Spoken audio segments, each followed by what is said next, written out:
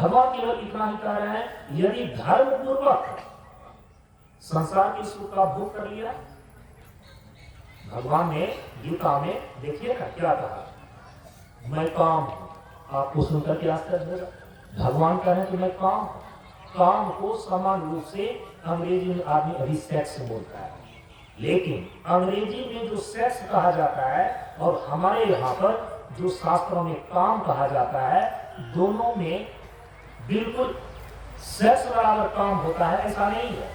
आप काम शास्त्र पढ़ करके देखिए वात्सायन का, उसमें लक्ष्य बतलाया गया है कि हम काम के विषय में ज्ञान इसलिए प्राप्त कर रहे हैं कि ताकि हम इस काम के बंधन से उपरम हो जाए, काम को पार कर जाए।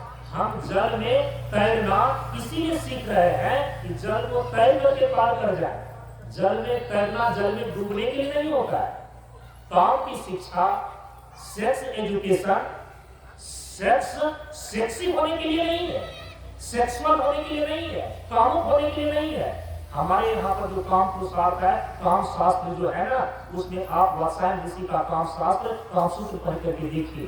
काम पुरुषार्थ है और पुरुषार्थ का मतलब ये होता है जिसके द्वारा हम अपने लक्ष्य को प्राप्त करते हैं, उनकी क्रमिक सीढ़ियां। इसीलिए सेक्स बराबर काम नहीं है। हमारे यहाँ काम पुरुषार्थ है, सेक्स कोई पुरुषार्थ नहीं है। वह तो एक दैहिक सुख है, वह तो एक इंद्रिय जन्य तृप्ति है, और जिस तृप्ति के बाद व्यक्ति को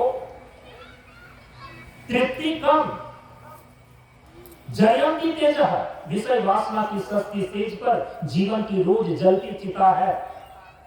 सावधान हो जाओ ऐ वीरो, ये तुम्हारे ओज तेज की भक्षिता है। परम पूज्य गुरुदेव कहते हैं कि परम शक्ति उसी में सन्निहित होती है जो ब्रह्मचर्य का अनुयायी और संवेदना का आधार होता है। हमारे यहाँ पर काम बराबर सेक्स नहीं है, काम का एक पार्ट है सेक्स।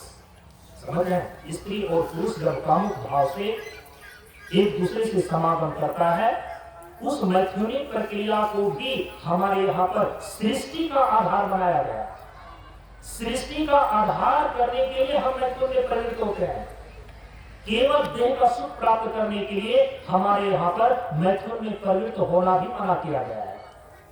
खैर, हमारे ऋषि लोग कहते हैं कि तुम संसार के सुख को भोगो, उसको भोगने के लिए जो तुम अर्थ का उपार्जन करते हो, उस अर्थ का उपार्जन भी करो, लेकिन केवल एक थोड़ा सा उसमें समीकरण ये बैठा लो कि हम धर्म पूर्वक काम का उपभोग करेंगे, काम सुख को भोगेंगे, धर्म पूर्वक ही हम अर्थ का उपार्जन करेंगे।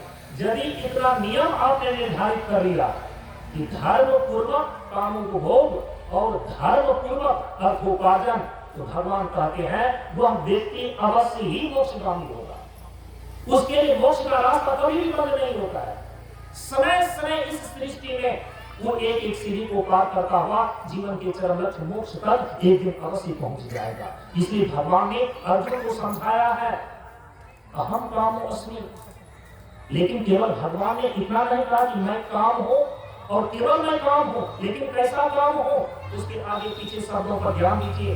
भगवान ने क्या कहा गीता में? धर्म अविरुद्धो कामो अस्मि। धर्म के अविरुद्ध जो काम है, माने धर्म नियंत्रित धर्मानुकूल जो काम है वो मैं हूं। और ये कहने का अभिप्राय है, हमारे भाष्यकार आचार्यों ने इसका भाष्य किया है कि भगवान के इस वचन का अभिप्राय है यदि धर्म पूर्वक कामों को भोग करते हो, धर्म पूर्वक अर्थोपार्जन करते हो, एक दिन तुम परमात्मा तक अवश्य ही पहुंच जाओगे।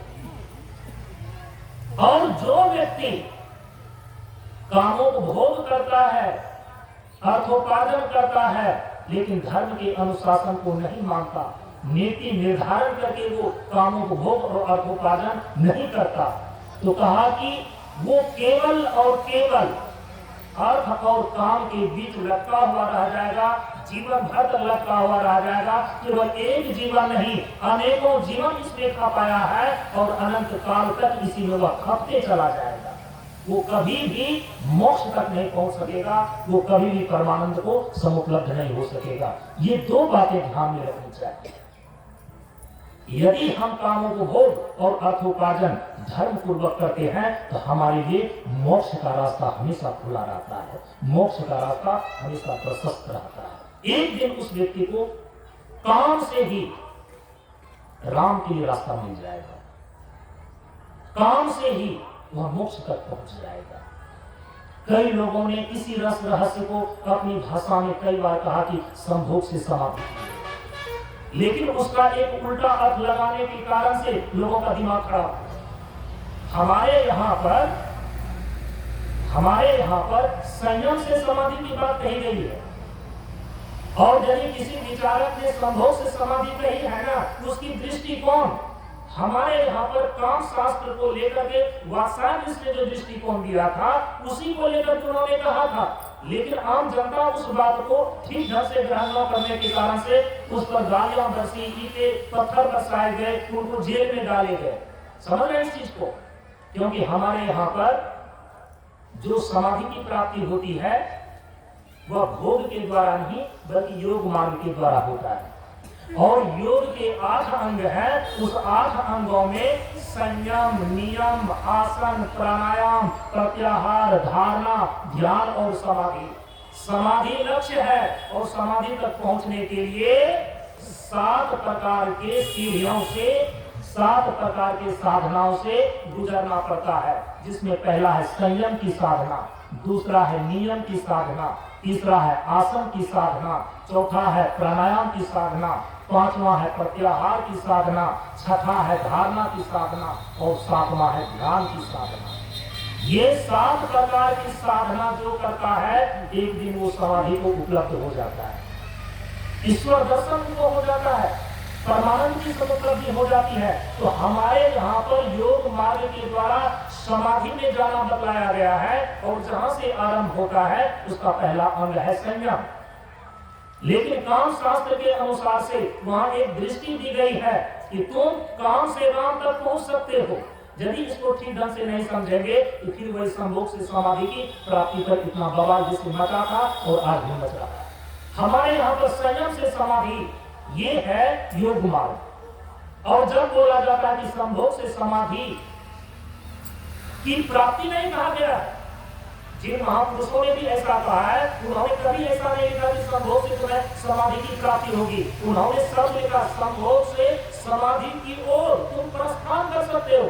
ये उनका व्यक्तिगत विचार नहीं है प्रेमियों, ये आपके चारों पुरुषार्थों को बताने वाले जो 4 कैटेगरी का शास्त्र है, अर्थ पुरुषार्थ को बताने वाला काम पुरुषार्थ को बताने वाला काम शास्त्र, अर्थ पुरुषार्थ को बताने वाला अर्थ शास्त्र, धर्म पुरुषार्थ को बताने वाला धर्म शास्त्र और मोक्ष पुरुषार्थ का प्रतिपादन करने वाला मोक्ष शास्त्र, ये शास्त्रीय बातें हैं।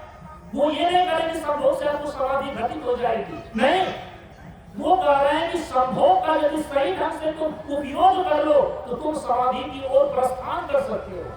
प्रस्थान करने की बात कही गई है, न कि समाधि घटित होने की बात कही गई है। समाधि तो घटित होगी संयम से भी, संभोग में भी, समागम में भी। जिस प्रकार से धर्म के अनुशासन में काम का उपभोग करने पर वह समाधि की ओर प्रस्थान कर जाता है, ये काम शास्त्र में लिखा हुआ है वात्सायन ऋषि के द्वारा। यही बात है अन्य महापुरुषों ने भी, अन्य विचारकों ने भी दिया है। इसीलिए भगवान ने कहा है कि धर्म अविरुद्धो कामो अस्मि, धर्म नियंत्रित, धर्म के अनुशासन में रहने वाला जो काम है भगवान कहते हैं कि वो मैं हूं। और वो कहने का अभिप्राय है कि यदि तुम धर्म पूर्वक कामों को भोग करो तो तुम धीरे धीरे मोक्ष तक भी पहुंच सकते हो।